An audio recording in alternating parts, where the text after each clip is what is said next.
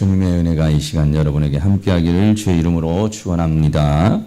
우리 옆에 있는 분에게 한 번 더 만나서 반갑습니다. 은혜의 시간이 되시기 바랍니다. 인사 한 번 더 나누시기 바랍니다. 네, 아주 날씨가 따뜻하죠. 네, 아주 날씨가 따뜻하게 이렇게 진행되고 있습니다. 세계적으로 다 이렇게 더운 것 같아요. 우리나라만 더운 게 아니라. 그래서 더위를 이겨야 세상을 이깁니다. 왜냐하면 더위도 이게 세상에 속해 있기 때문에 우리 예수 믿는 사람은 세상을 이기는 사람이 돼야 돼요. 그래서 여러분들이 더위를 잘 이기시고 또 세상도 이기시는 그런 은혜가 있기를 바랍니다. 오늘 말씀은 히브리서 우리가 지금 계속 강해를 하고 있습니다. 히브리서 8장에 옛 언약과 새 언약이라는 이런 주제로 하나님의 말씀을 함께 나누는 시간을 갖습니다. 성경이 처음 이렇게 기록이 되었을 때는요, 이런 식으로 이렇게 두루마리나 또는 파피루스나 또는 이렇게 그 가죽이나 이런 데다가 이제 또는 돌에 이렇게 성경이 기록이 돼 있죠. 지금 이렇게 이제 인쇄술이 발달을 해서 종이에다가 하지만은 당시에는 이제 여러 가지 이런 그래서 보통 성경 그러면 두루마리 책 이렇게 성경 얘기하고 있습니다. 이렇게 있고 이제 요즘에는 이제 이것을 잘 편집을 해가지고 성경을 이렇게 이제 우리가 잘 만들어서 이렇게 보고 있습니다. 성경을 우리는 어떻게 보냐면은 성경 하면은요. 성경은 신약과 구약으로 이렇게 되어 있습니다. 그래서 이 성경을 뭐라고 말하냐면 언약의 책이라고 이렇게 말합니다. 언약의 책이라고 이렇게 말하는데요. 이 언약이라고 하는 말이 무슨 말이냐면은 디아데케라는 헬라어로 그렇게 말합니다. 그래서 약속, 또 가벼운 약속도 있겠지만 아주 큰 약속은 유언, 법정에서 쓰여지는 용어가 바로 이 디아데케라는 것입니다. 그래서 성경은 뭐냐면 하나님과 우리와의 관계에서 언약의 책입니다. 하나님과 우리와의 약속의 책입니다. 조금 다른 게 뭐냐면은 하나님이 우리하고 협약을 한 건 아닙니다. 어떻게 보면 하나님께서 우리에게 일방적으로 주신 것이죠. 그리고 계약을 체결한 겁니다. 그래서 그를 언약의 책이라 이렇게 말할 수 있고요. 오늘 우리가 본문 오늘 제목이 뭐냐면 옛 언약과 새 언약이다라고 하는 이런 주제로 말씀을 드리고 있어요. 그래 언약이 있는데 옛 언약이 있고 새 언약이 있다 이런 말씀이죠. 그래서 이 성경은요 언약의 책인데 이 디아데케라는 약속과 협정 또는 유언 이런 책인데요. 그래서 구약 이렇게 신약 이렇게 말해요. 구약이라는 건 뭐냐면 예수님이 오시기 전에 약속되어진 것, 특별히 모세를 통해서나 선지자를 통해서 약속되어진 것, 이것을 구약 이렇게 말해요. 이 구약은 창세기부터 시작을 해서 말라기까지 권수로 따진다 그러면은 39권입니다. 그리고요 신약은 뭐냐면 예수님이 오셔서부터 예수님에 대한 행적과 더불어서 예수님의 제자들과 더불어 그 후속에서 기록되어진 책을 신약 이렇게 말해요. 그래서 마태복음부터 계시록까지가 27권입니다. 그래서 보통 이제 이렇게 외우죠. 39 27 이렇게 해서 66권으로 이렇게 외웁니다. 3927 이렇게 해가지고 66권으로 이렇게 이제 이해를 하는데요. 그래서 성경은 이렇게 뭐냐면 언약의 책이라는 것입니다. 언약인데 뭐냐면 하나님께서 우리에게 약속하신 책이라 이런 얘기입니다. 그래서 사람이 인간관계를 맺으려면은 이게 약속이 잘 진행이 돼야 돼요. 하나님과의 관계도 계속해서 유지하려면 이 언약의 관계를 잘 유지를 해야 돼요. 근데 이 언약을 내가 파기를 해버리면 하나님과 나와의 관계도 깨져버린 거예요. 사람과도 약속을 잘 지켜야 약속이 깨져버리면 관계가 깨지잖아요. 그래서 언약을 잘 지키면은 하나님과의 관계가 잘 잘 지속이 돼서 하나님으로부터 오는 모든 은혜와 사랑과 축복을 다 받을 수가 있어요. 근데 내가 그걸 언약을 일방적으로 깨버린다든지 안 지킨다든지 버려버린다든지 뭐 이렇게 한다면은 하나님과의 관계는 멀어져 버리는 것이죠. 그렇기 때문에 이 언약의 책인 성경을 우리가 잘 알아야 하나님이 우리에게 무엇을 말씀하시려고 그러는 것인지, 무엇을 약속하시는 것인지, 무엇을 원하는 것인지를 우리가 잘 알 수 있다. 이렇게 말씀할 수가 있습니다. 그래서 오늘은 이 새 언약에 대한 얘기, 다시 말하면 신약이라는 겁니다. 신약은 뭐냐면은 예수님이 오셔서부터 주어진 말씀이에요. 그런데 이스라엘 백성들이 구약 모세로부터 받은 그 말씀 속에 있으면서 살 때에 신약 예수님이 오시고 예수님이 오신 그 이후로부터의 그 모든 것들을 사람들이 받아들인다는 것이 어려운 거죠. 새로운 언약을 받아들인다는 게 매우 어려운 것이었습니다. 그런데 이 새 언약이라고 하는 것이 다 하나님께서 선지자를 통해서 새 언약의 약속을 주신 것이다 라고 하는 것입니다. 네, 그래서 신약은 그냥 주어진 것이 아니라 구약에 이미 그 선지자를 통해서 우리에게 계시하신 것이다 이런 얘기죠.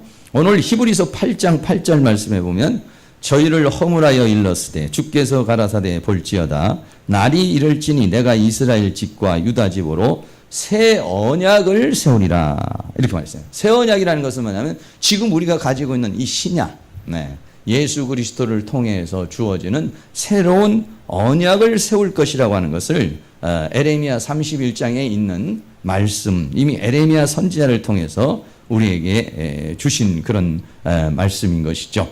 여기서 새 언약을 세운다 이런 말씀은 어떤 말씀이냐면은 이 세운다는 이 쉰텔레오라는 말씀은 그냥 하나님께서 세우고 끝내버린다는 게 아니라 그 세운 말씀을 하나님께서 성취해 가신다.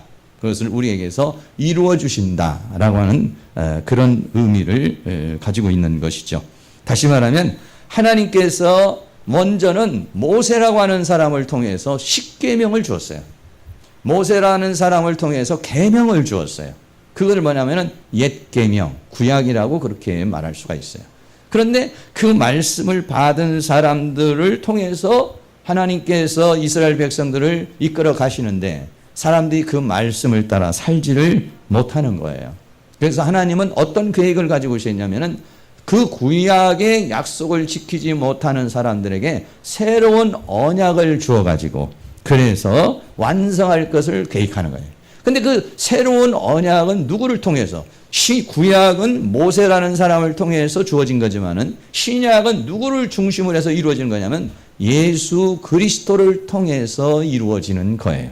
그래서 모세를 통해서 이루고자 하는 그 뜻을 하나님께서는 예수님이 이 땅에 오셔서 하는 거죠. 다시 말하면 하나님께서 사람의 몸을 입고 이 땅에 오셔서 우리에게 그 언약을 이루지 못하고 언약대로 살지 못하는 우리를 언약대로 살 수 있도록 하시겠다는 것이 뭐냐면 새 언약이다라고 그렇게 말씀을 할 수가 있어요. 왜 이렇게 새 언약을 말씀했냐면은 조금 전에도 말씀을 드린 것처럼 두 번째로 옛 언약이 연약하기 때문이다. 다시 말하면 옛 언약, 구약, 모세를 통해서 주어진 그 말씀을 우리들이 그대로 받아 살지를 못하기 때문이라는 것이죠. 오늘 히브리서 8장 9절에 또 주께서 가라사대 내가 저희 열조들의 손을 잡고 애굽 땅에서 인도하였던 데는 날에 저희와 세운 언약과 같지 아니하도다. 저희는 내 언약 안에 머물러 있지 아니하므로 내가 저희를 돌아보지 아니하였노라 라고 그렇게 말씀하고 있습니다. 이 말씀은 무슨 말이냐면 구약에 이스라엘 백성들이 애굽에서 나왔어요. 애굽에서 나와가지고 가나안으로 인도해 나가는데 가나안으로 가기 전에 뭐가 있느냐면은 광야가 있어요. 네. 그래서 하나님께서 광야를 통해서 이제 가나안으로 가는데 광야에서 무엇을 주었느냐면 시내산에서 십계명을 주고 율법을 주신 거예요.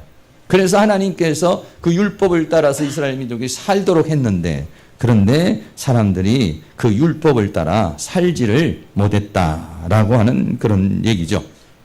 8장 9절에 또 주께서 가라사대 내가 저희의 열조들의 손을 잡고 애굽 땅에서 인도하였던 날에 그러니까 이스라엘 백성들이 애굽에서 나온 것을 하나님이 이스라엘 백성들의 손을 잡고 나온 것이다. 이렇게 말하고, 그래서 어디까지 데려가냐면 가나안까지 데리고 가려고 그랬던 거예요. 그런데 이스라엘 백성들은 그 언약 안에 머물지를 못해요. 하나님의 말씀을 따라가지를 못해요. 하나님께서 홍해바다도 가르시고 만나도 주시고 기적도 주시고 표적도 주시고 수많은 이런 것들을 주셨지만은, 그러나 어떻습니까? 그 말씀을 따라 살지를 못하는 거예요. 그러니까 하나님께서 그들을 돌아보지를 않았다라고 그래요. 다시 말하면 40년이라는 세월을 갖다가 이스라엘 백성들에게 율법을 따라 살아갈 수 있도록 주신 거예요. 그런데도 40년 동안 계속 하나님의 말씀을 가지고 양육을 해도 애굽에 있는 사상, 세상에 있던 이 사상이 바뀌지를 않는 거예요. 그래서 문제가 생기면 자꾸 원망하고 불평하고 하나님을 대적하고 이러다가 보니까 결국은 이 광야에서 이스라엘 백성들이 멸망을 당하게 되죠. 다시 말하면 여기에서 하나님께서 이스라엘 백성들을 인도해 가는 것을 엄마가 어린아이의 손을 잡고 데리고 가는 것 같이 이렇게 비유를 한 거죠.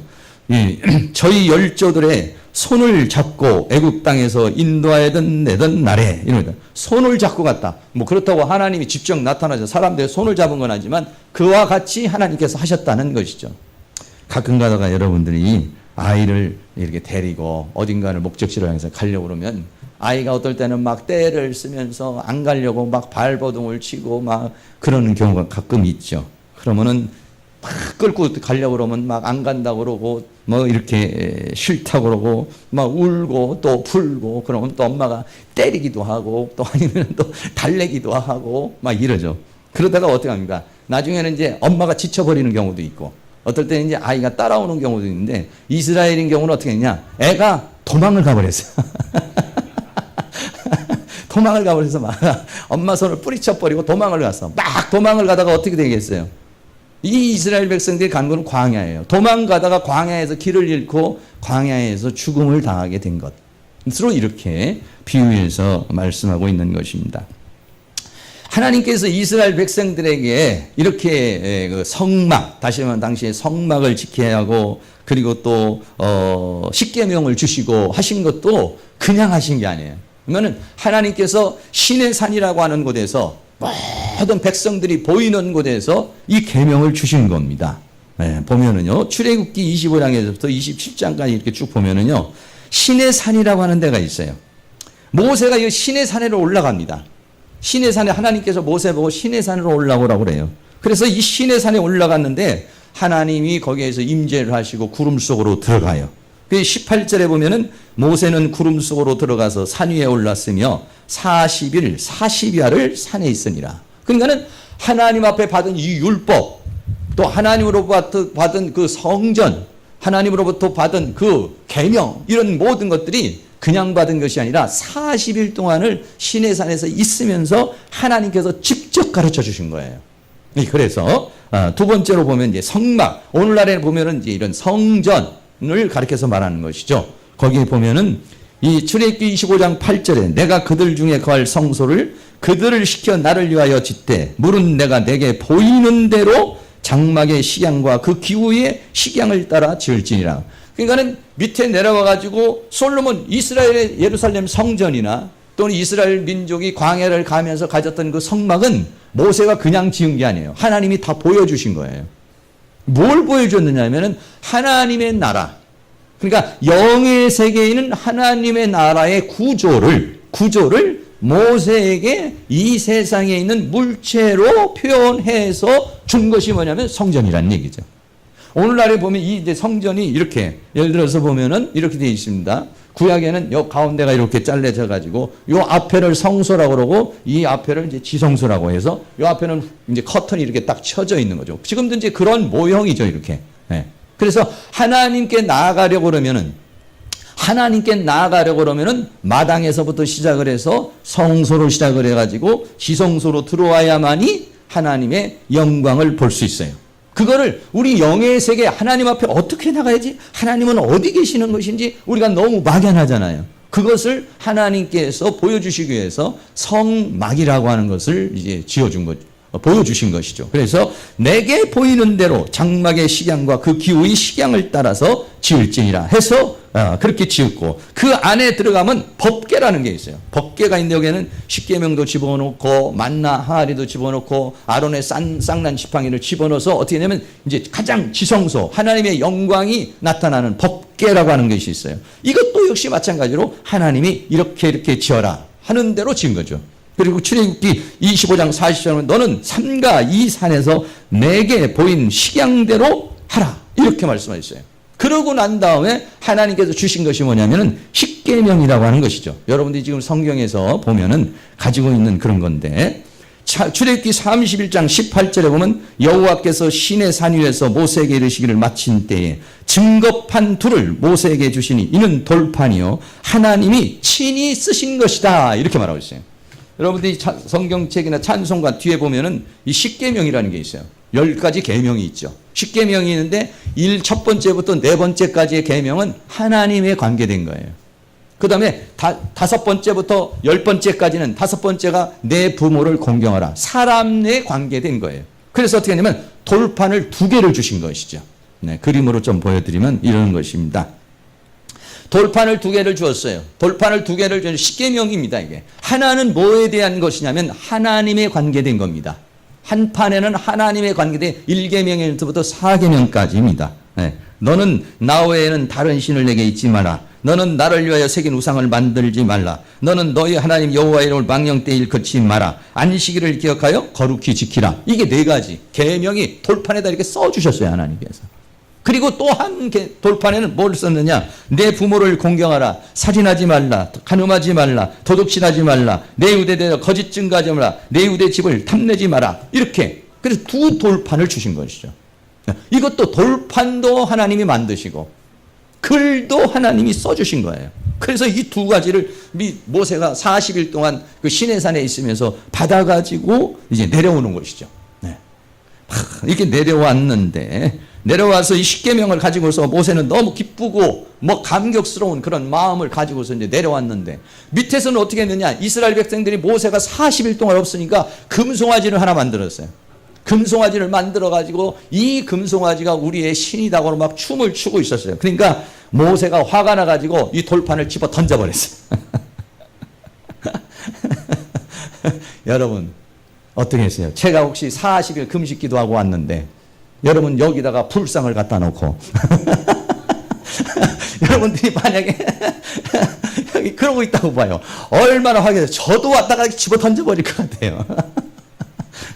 그래서 출애굽기 32장 19절에 보면 진에 가까이 이르러 송아지와 그 춤추는 것을 보고 대노하여 모세가 너무 화가 나가지고 손에서 그 돌판을 산 아래로 던져서 깨뜨리니라. 깨져버렸어요. 이게 돌판이 깨지고 난 다음에 이제는 그 우상 숭배한 모든 사람들이 하나님의 징계를 받고 수많은 사람들이 죽음을 당했어요. 네. 수많은 사람의 금송아지를 만들고 그 다음에 우상 숭배를 하고 한 사람들이 수없이 많은 사람이 죽음을 당했어요. 그러고 난 다음에 하나님께서 이제 모세에게 다시 말씀하시죠. 출애굽기 34장에서 이렇게 말합니다. 여호와께서 모세에게 이르시되 너는 돌판들을 처음과 같이 깎아 만들라.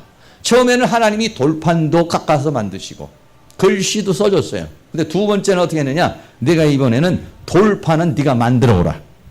네가 깼으니까. 그 깨트린 그 처음 판에 있던 대로 갖다가 드리니까는 하나님께서 그 판에다가 써준 거예요. 여러분 얼마나 사람들이 하나님 말씀을 안 믿고 못 믿고 의심을 하면 하나님이 직접 써주셨겠어요. 네? 아우 그거는 사람의 말이야 당신 말이야 이렇게 말할까봐 하나님께서 아예 친히 글을 쓰셔서 이렇게 우리에게 주신 것이 뭐냐면 십계명이라고 하는 것이죠. 이때는요 출애굽기 34장 28절에 모세가 여호와와 함께 40일 40야를 거기 있으면서 떡도 먹지 않냐고 물도 마시지 않고, 네 그래서 어떻게 됐습니까? 모세가 장장 80일을 40일 올라가서 받았다가 깨뜨리고 다시 40일 2번째 40일에는요 금식을 했습니다. 떡도 물도 마시지 않고, 그러니까 80일을 하나님 앞에 산에 있으면서 하나님과의 관계를 가지면서 하나님으로부터 받은 게 뭐냐면 십계명이라는 거예요. 오늘 우리가 가지고 있는 이 십계명이라고 하는 것이 그렇게 주어지고, 또 물론 이제 다른 법들도 하나님께서 많이 말씀해 주셨지만은 그 이제 중심적으로 그렇게 주어진 것이 뭐냐면 십계명이라는 거예요. 그런데도 불구하고 이스라엘 백성들은 그 십계명을 따라서, 율법을 따라서 살아보려고 하는데 사라지지를 않는 거야. 되지를 않는 거야. 사람의 힘으로, 사람의 인간의 의지로 오늘부터 정말 하나님 말씀대로 살아야지, 오늘부터 하나님 뜻대로 살아야지. 그런데 내일 한 온도가 한 37도 이렇게 올라가 보세요. 그럼 주여 다음 주부터 하겠습니다. 아침에 먹은 마음이 햇빛이 쨍쨍쨍, 주여 이렇게 귀한 말씀을 내가 이제 다음 주부터는 말씀을 읽도록 하겠습니다 해도 햇빛이 쬐면은 언제 그렇게 내가 결심을 했는가 싹 잊어버리고요. 자꾸만 이렇게 망설이게 되고 변형하는 게 인간의 마음이라는 것이죠. 그래서 결국은 그렇게 하질 못해요. 그래서 그게 바로 율법의 한계성이고, 다시 말하면 인간의 한계성이라는 것입니다. 그래서 로마서 8장 6절에 보면은 육신의 생각은 사망이요 영의 생각은 생명과 평안인데 육신의 생각은 하나님과 원수가 되나니, 내가 육적인 사람이 되어버리면 하나님과는 반대되는 것을 한다는 거예요. 왜냐? 이는 하나님의 법, 하나님의 말씀을 굴복치 아니할 뿐 아니라, 우리는 하나님의 말씀이 주어지면 야 정말 좋은 거구나 막 지키려고 하는 마음이 이렇게 올라오기보다는 우리는 어떻습니까? 마음속에 아니 꼭 그렇게 지켜야 돼? 이런 어떤 이상하게 반발심이 우리 안에 있는 거예요. 근데 어떻게 은혜를 받았어요? 아니야 해야지 하고 은혜를 받아서 하려고 해도 뭐냐, 하나님의 법에 굴복치 아니할 뿐 아니라 은혜 받아서 하려고 해도 할 수도 없는 것. 이게 뭐냐면 사람의 본질이라는 거예요. 타락한 인간의 본질이라고 하는 것입니다. 그래서 하나님께서는 구약으로는 율법을 주는 것만 가지고서는 하나님의 말씀대로 살지 못하고, 하나님의 말씀대로 살지 못함으로 하나님의 은혜와 사랑과 축복을 받지 못하기 때문에 하나님께서는 구약이 아닌 새로운 언약, 새 언약을 하나님께서 사람들에게 주셨다, 이런 얘기죠. 세 번째, 그래서 새 언약을 주시고 이제 성취를 하시는 것입니다. 히브리서 8장 10절에 그럼 어떻게 하나님께서 하시느냐? 또 주께서 가라사대 그날 후에 내가 이스라엘 집으로 세울 언약이 이것이니 내 법을 저희 생각에 두고 저희 마음에 이것을 기록하리라. 나는 저희에게 하나님이 되고 저희는 내게 백성이 되리라. 이렇게 말씀한 거죠. 다시 말하면은 구약에서는 어떻게 했어요? 돌판에다가 글씨를 써가지고 지키라 이렇게 말했는데, 신약에 와서는 마음판에 아주 우리 생각에다가 하나님의 말씀을 두고 우리 마음에다가 하나님의 말씀을 기록할 것이다. 할렐루야. 이야, 어떻게 하나님은 그렇게 하실 수가 있을까? 내 법을 둔다, 이 말씀이 있어요. 이 법을 둔다, 어디에 두냐면 생각에 둔다는 거예요. 생각이라는 말이 디아노이아라는 그런 말입니다. 이 디아노이아라는 말은 무슨 말이냐면 이 머릿속에 있는 이해하는 것, 지각하는 기능, 이것을 가리켜서 말하면 생각이라고 그래요. 사람은 이 생각에 의해서 뭐가 만들어지면 사고 방식이 만들어지는 거예요. 이거를 뭐라고 하냐면 정신이라고 그래요. 정신. 예. 사람은 어떤 생각을 가지고 있는, 어떤 사고 방식을 가지고 있느냐에 따라서 생각에 의해서 행동하는 거예요. 그러니까는 생각이 바뀌지 않으면은 행동이 바뀌지 않고, 행동이 바뀌지 않으면은 삶이 바뀔 수가 없다라고 하는 거예요. 그러니까 하나님께서는 삶이 바뀌게 하려고 하면 어떻냐면 생각을 바꿔야 된다는 거예요. 생각을 둔다라고 하는 것은 뭐냐면은 생각을 바꿔버린다는 거예요. 그럼 우리 생각이 어떻게 되는데? 우리 생각은 마귀가 우리 안에 마귀의 생각을 다 집어넣었어요. 철학, 문화, 사상 이런 것들을 통해서 하나님의 법하고는 반대가 되는 그런 사단이 준 생각을 가지고 있어요. 네. 여러분들은 사단이 준 생각이 없는 것 같지만은요, 실제적으로는 우리 안에는 사탄이 준 생각이 엄청나게 많이 있는 거예요. 네. 여기서 말하는 이 생각이라는 것이 뭐냐면 마태복음 22장 37절에 보면 예수께서 가라사대 내 마음을 다하고 목숨을 다하고 뜻을 다하여 주 너의 하나님을 사랑하라 했을 때, 여기서 뜻이 뭐냐면 생각. 네. 생각도 뭐냐면 이게 뭐냐면 디아노이아라고 하는 것은 그 사람의 정신, 그 사람의 사고방식, 네. 그러니까 하나님을 사랑하는데 어떻게 하느냐? 하나님 우리가 생각을 가지고 합리적으로 하나님을 사랑하기를 원하고 있는 것이죠. 생각을 바꿔버린다. 그러니까 교회에 나와가지고 생각이 바뀌어야지 행동이 바뀌고 삶이 바뀌어. 삶이 안 바뀌는 사람은 뭐냐? 생각을 안 바뀌는. 생각을 왜 안 바꾸냐? 예배 시간에 졸아서 그래요. 말씀을 보고 말씀을 통해서 생각이 바뀌어야 되는데 말씀을 아무리 봐도 생각이 안 바뀌면 어때요? 행동이 바뀔 수가 없는 것이죠. 네. 두 번째는요, 마음에 이것을 기록하리라 이렇게 써요. 네. 마음이라고 하는 것은 헬라어로 카르디아라는 말입니다. 카르디아라고 하는 것은 뭐냐면 사람 내면, 다시 말하면 이 외적인 육체 외에 있는 내면에 있는 모든 것, 지, 정, 의, 영 이런 모든 것, 이것을 가리켜서 뭐라고 하냐? 마음이라고 우리는 그렇게 말하고 있습니다.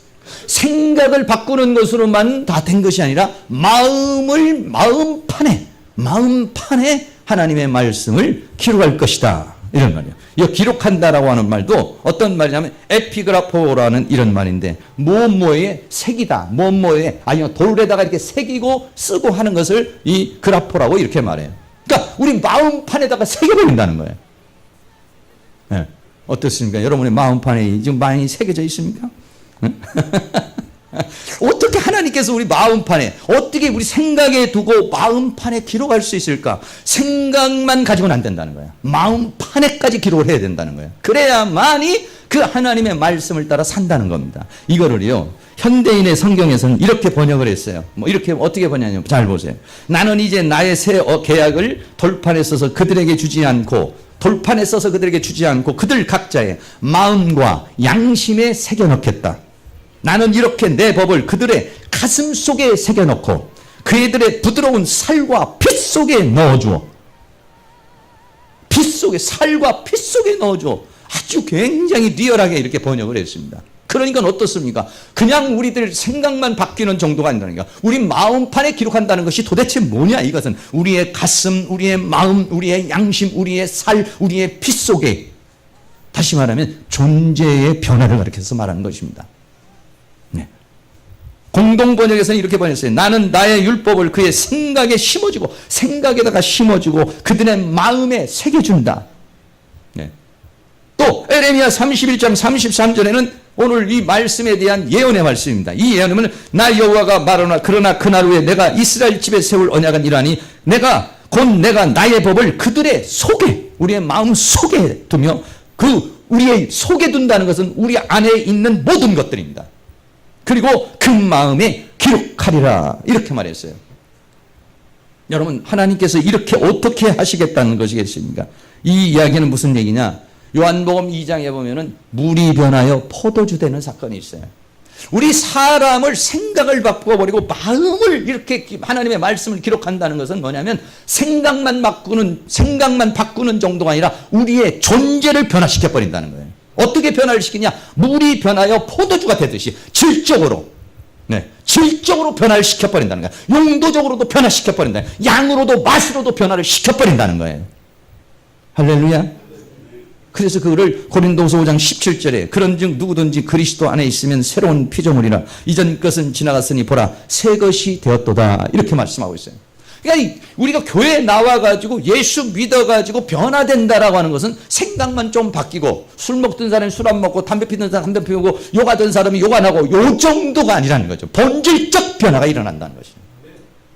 본질적 변화를 일으켜버린다. 나라고 하는 존재, 체질을 바꿔버린다는 거야. 본질을 바꿔버린다는 거야. 새로운 피조물로, 새로운 존재로 만들어버린다는 것이죠. 어떻게 그렇게 할 수가 있느냐는 거죠. 어떻게? 이렇게 하는 것입니다.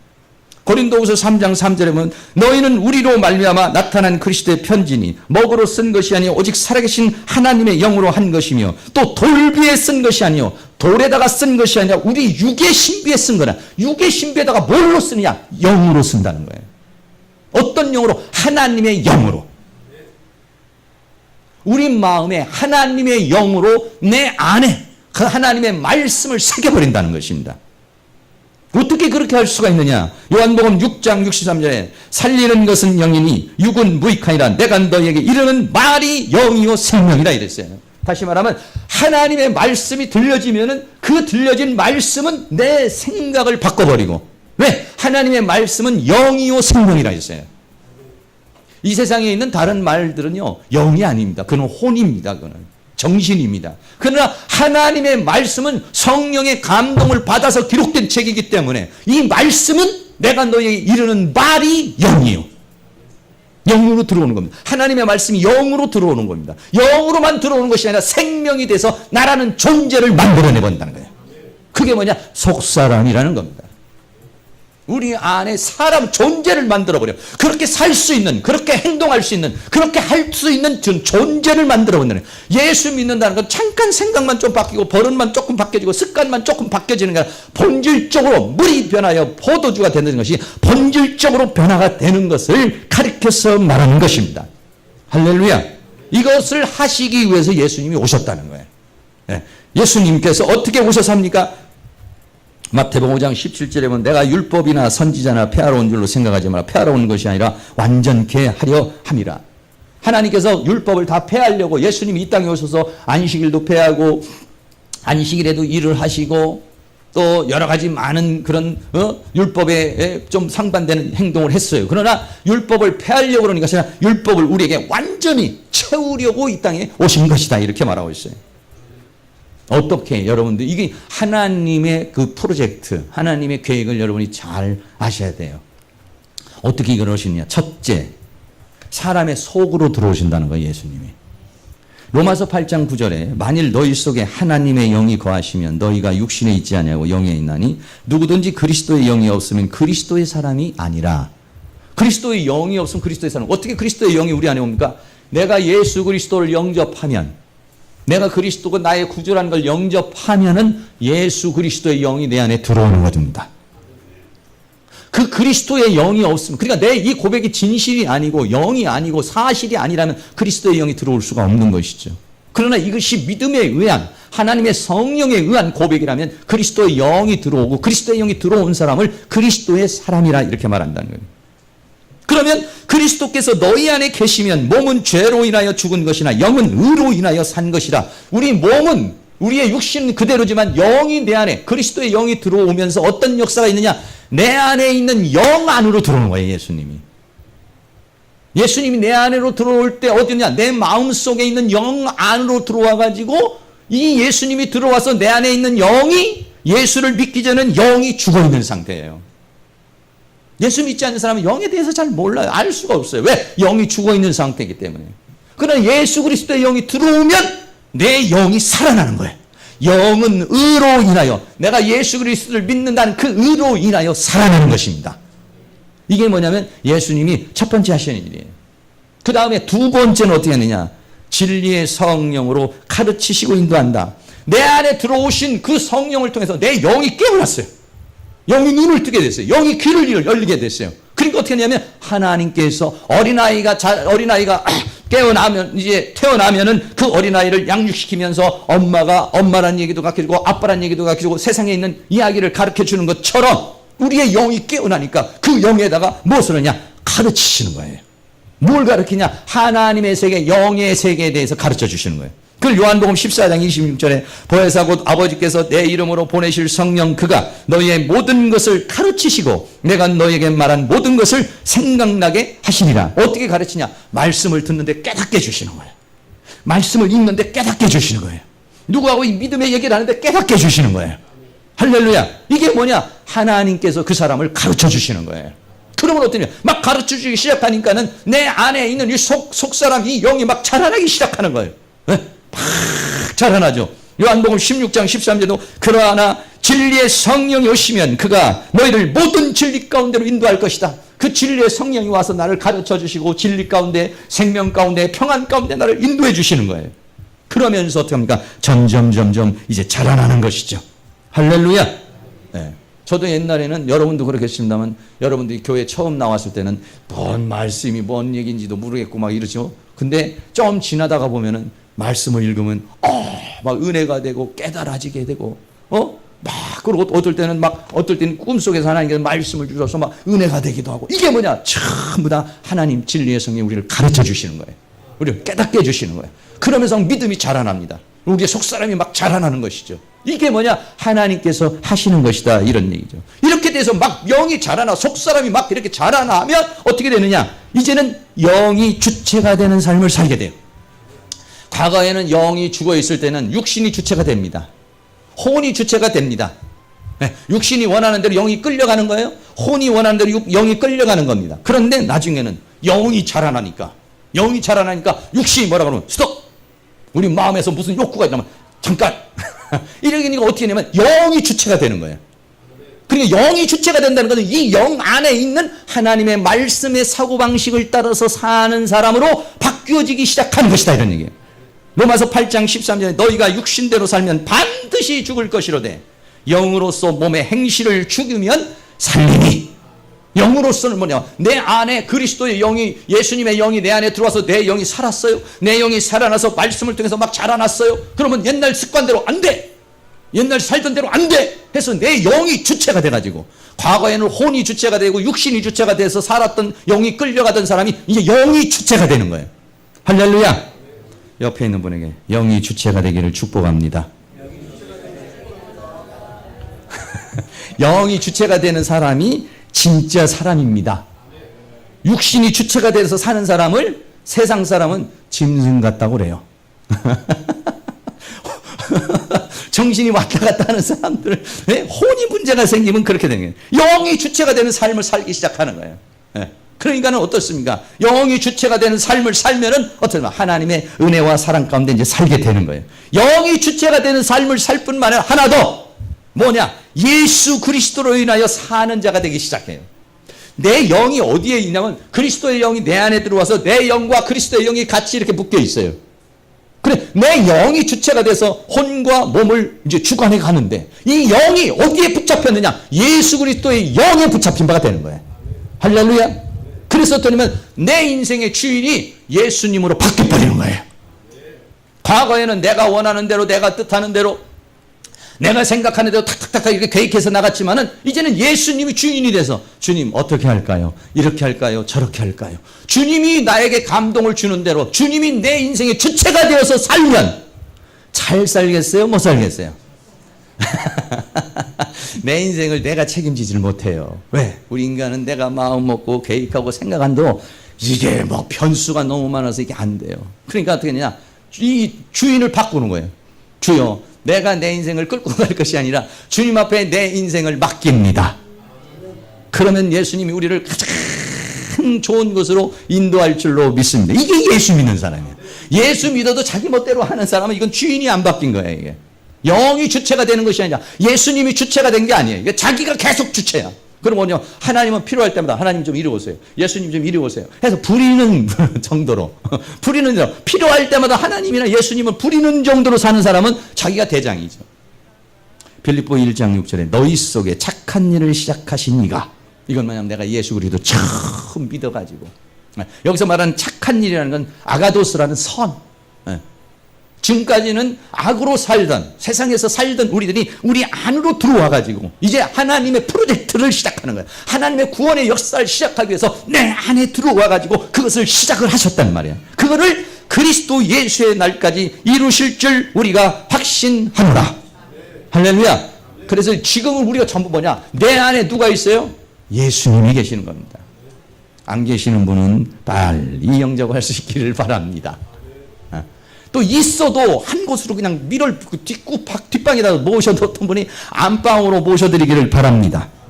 그래서 갈라디아 2장 20절에 말이 내가 그리스도와 함께 십자가에 못 박혀 하나니 그런즉 이제는 내가 산 것이 아니요 내 안에 그리스도가 사신 것이라. 사실 것이가 아니라 지금까지 살아온 게 사신 것이라.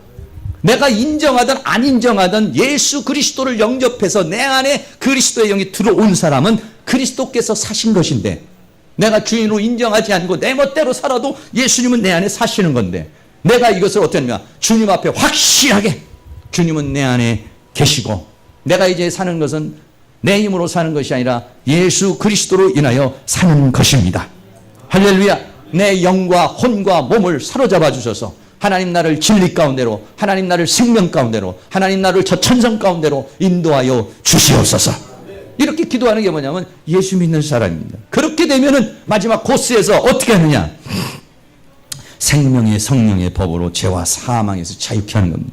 로마서 8장 2절에 이는 그리스도 예수 안에 있는 생명의 성령의 법이 죄와 사망의 법에서 너를 해방하였습니다. 여러분, 어떤 게 행복이에요?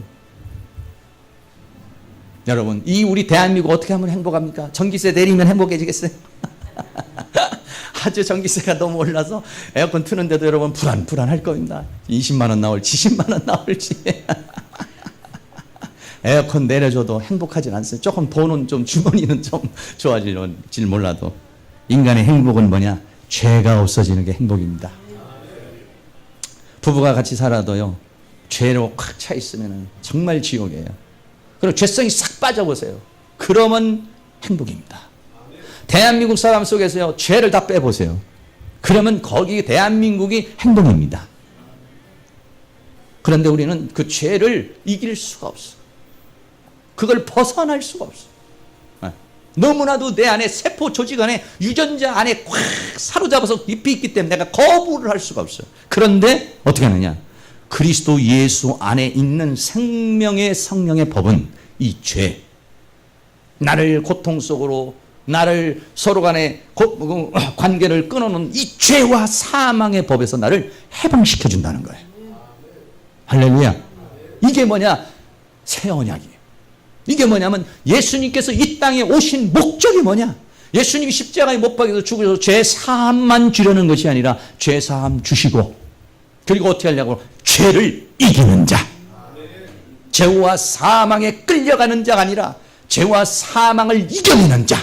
그래서 거기에서 자유하고, 그래서 거기에서 해방하고, 거기에서 행복을 누리는 그런 삶을 살게 하시는 줄로 믿습니다. 할렐루야. 여러분 생각해 보세요. 어떤 사람이 가장 행복한 사람입니까?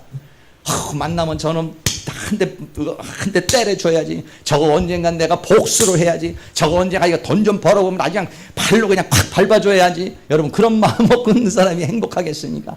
미움이 막 확 오고, 복수심이 확 차고, 막 화가 이렇게 막 나고, 분노가 막 끌어오르고, 이런 사람이 행복하겠어요?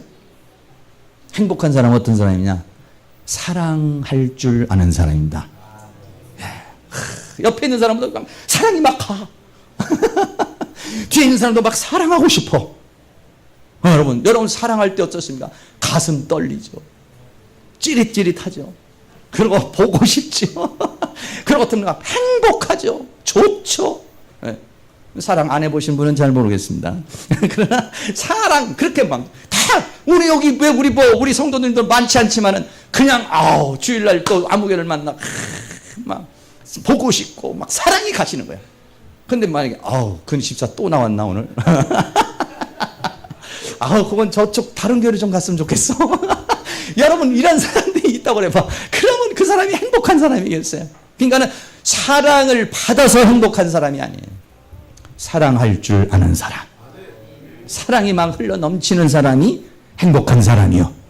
죄성이 막 있어 죄를 짓고 싶은 생각이 막 일어나는 사람이 행복한 사람이라, 죄가 와도 그를 딱딱 거부할 수 있는 사람, 그 죄를 이겨낼 수 있는 사람이 행복한 사람인 줄로 믿습니다. 예수님께서 이 땅에 오신 것은 뭐냐? 우리를 그 죄와 사망의 복에 묶여가지고 끌려서 이 땅에 죄 짓다가 결국은 지옥으로 가는 형벌을 받는 인생들을 어떻게 하냐? 그 죄와 사망의 법에서 생명의 성령의 법, 예수님이 내 안에 들어오셔서 내 영을 살리시고, 내 영이 살린 그 영을 가르쳐 주시고 깨닫게 해서 장성하게 해서 그 영이 주체가 되어서 살고, 그 영은 예수 그리스도의 붙잡히가 되어서 예수 그리스도가 나의 주인 돼서 인생을 살아서 이 죄와 사망의 법을 이겨내는 그런 삶을 살게 하시려는 것이 하나님의 원하시는 목적인 줄로 믿습니다. 이런 은혜가 우리 사랑하는 모든 성도에 다 일어날 수 있기를 축복합니다. 한 가지만 더 말합니다. 구약에 이것이 이미 예언이 되어 있어요. 에스겔서 11장 19절에 내가 그들에게 일치한 마음을 주고, 일치한 마음이라는 건 하나님과 나하고 반대되는 마음이 아니라 하나님과 나하고 이렇게 마음이 같아지는 마음을 주고, 그 속에 새신 하나님의 영을 주고, 그 몸에서 굳은 마음을 제가 하나님과 마음이 일치가 되고, 하나님 마음이 내 마음, 내 마음이 하나님 마음, 이렇게 일치가 되고 하나님의 영이 싹 들어오니까 예수 믿고 싶지 않은 마음, 기도하고 싶지 않은 마음, 열심히 하고 싶지 않은 마음이 싹 싹 없어지고 부드러운 마음이 생겨서 그래 믿음대로 살아야지. 아무리 폭염이라도 기도하며 살아야지. 열심히 해야지. 이런 마음을 하나님께서 주신다는 거예요. 그리고 내 율례를 쫓으며 내 규례를 지켜 행하게 하리니 마음이 바뀌어 버리니까 그동안에는 술 못 끊어 그러던 얘기다. 갑자기 딱 끊고 좀 싶은 마음이 싹 생겨버리는 거예요. 죄악을 딱 끊어버리고 싶은 마음이 생겨버리는 거예요. 이 마음을 줘버린다는 거 하나님께서.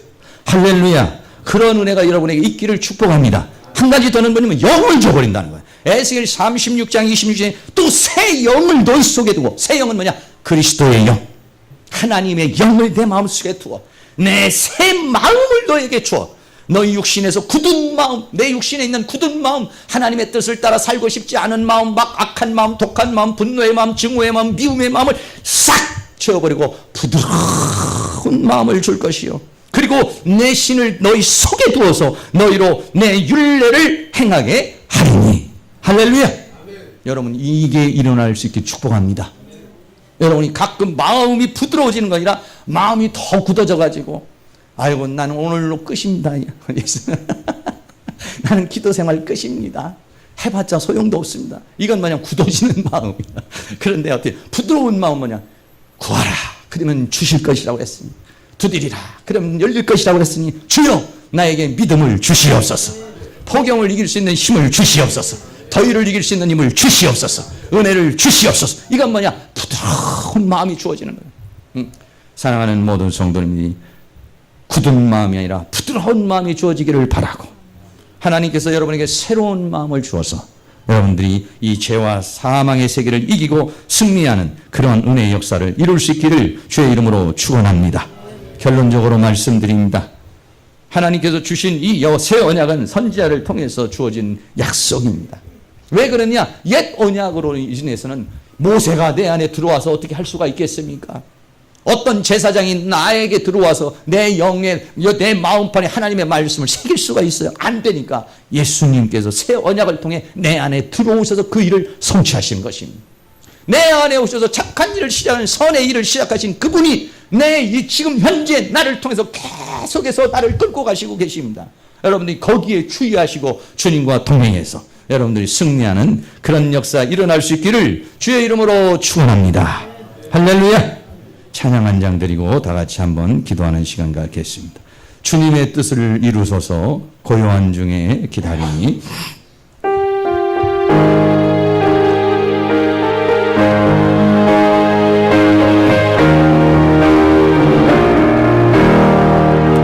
주님의 뜻을 이루소서 중에 기다리니. 진흙과 같은 날 믿으사 주님의 형상 만드소서. 주님의 뜻을 이루소서. 주님 발 앞에 엎드리니 나의 맘속을 살피시사 눈보다 희게 하옵소서. 주님의 뜻을 이루소서. 병들어 몸이 피곤할 때 권능의 손을 내게 펴사 새롭게 하여 주옵소서. 주님의 뜻을 이루소서. 온전히 나를 주장하사 주님과 함께 공모하는 만민이 알게 하옵소서. 이 시간 통성으로 한 2-3분 동안 기도합니다. 하나님께서 우리에게 은혜를 주시고 주님의 뜻을 이루소서, 주님의 형상을 이루소서, 주님의 새 언약의 성취가 이루어져 죄와 사망의 법에서 생명의 성령의 법으로 자유케 되는 온전히 나갈 수 있는 사람 되게 하여 주옵소서. 다 같이 기도합니다. 사랑과 은혜가 많으신 아버지 하나님, 오늘도 하나님께서 우리가 은혜를 주시고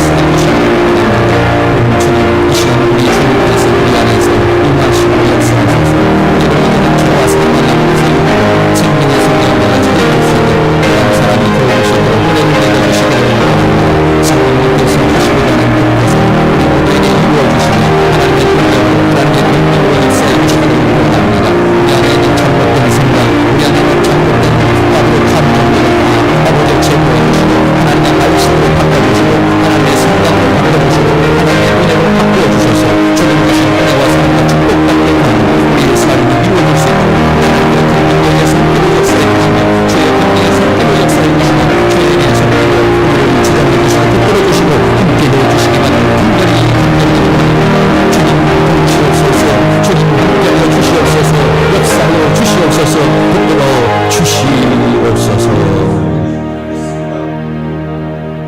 사랑과 은혜가 많으신 아버지, 주님의 뜻을 이루시옵소서. 우리를 구원하기 위하여 하늘의 영광의 보좌를 버리고 십자가에 못 박혀 죽으실 뿐 아니라 다시 부활하여 우리 안에 들어오셔서 우리의 영을 살리시고 하나님 자녀 만들어 주시고 우리를 가르쳐 주시고 우리를 진리 가운데 인도하시는 주님, 그래서 우리를 이제는 죄와 사망의 법에서 종노릇하지 않고 생명의 성령의 법 안에서 자유를 누리고 행복을 누리기를 원하시는 주님, 이 모든 하나님의 새 언약의 성취가 사랑하는 모든 성도님에게 이루어질 수 있도록 은혜 위에 은혜를 베풀어 주시옵소서. 예수 그리스도의 이름으로 기도하옵나이다. 아멘. 오늘 우리 교회에 등록하신 분 계십니다. 우리 박주연 성도님, 우리 밑에 있는 우리 유미숙 집사님이 모시고 왔는데 좀 잠깐 나오시죠. 예, 장미꽃 한 송이 드리겠습니다. 사진도 좀 한 장 찍어주세요. 사모님.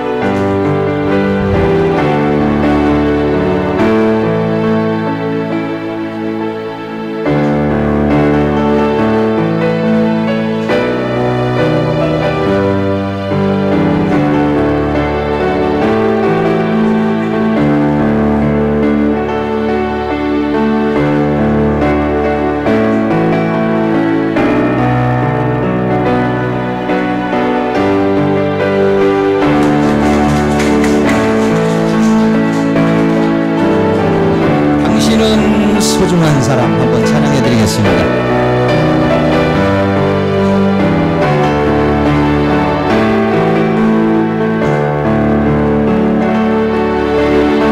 당신은 소중한 사람, 당신은 존귀한 사람, 이 세상에 하나뿐인 당신은 내게 너무나도 소중한 사람. 이렇게 사랑을 좀 표현해주세요. 그런 당신을 사랑해요. 그런 당신을 축복해요. 사랑받기에 합당한 당신을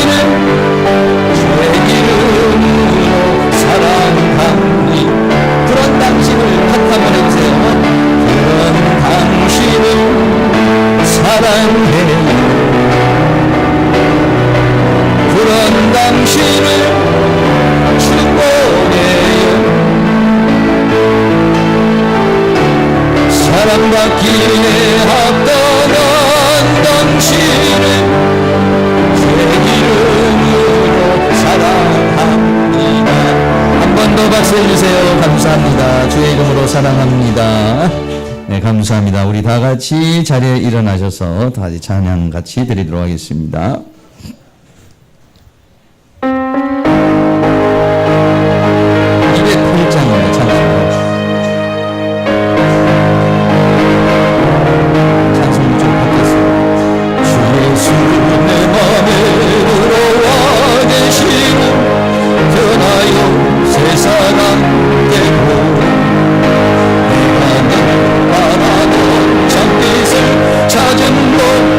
주 예수 내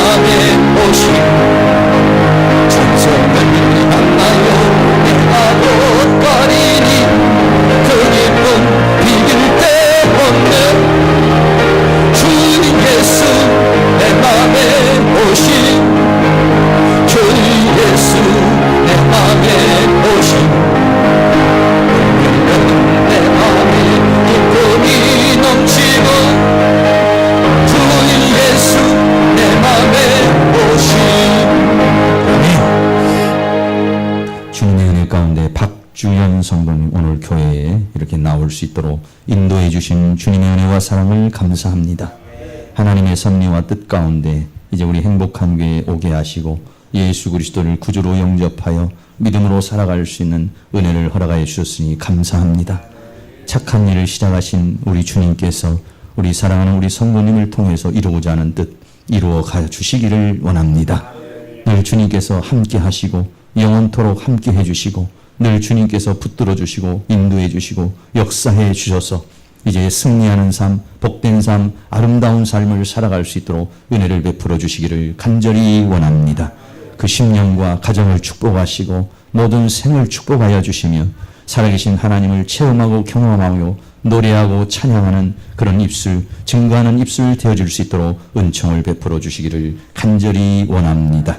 우리 박주현 성도님 인도한 우리 유미숙 집사님에게도 축복하시고 그 모든 삶과 또 믿음의 모든 생애를 축복하시며 또 살아가는 모든 삶에 하나님의 은혜가 넘치고 더 많은 영혼들을 주 앞으로 인도할 수 있는 그런 은혜의 역사가 있도록 은총을 베풀어 주시옵소서.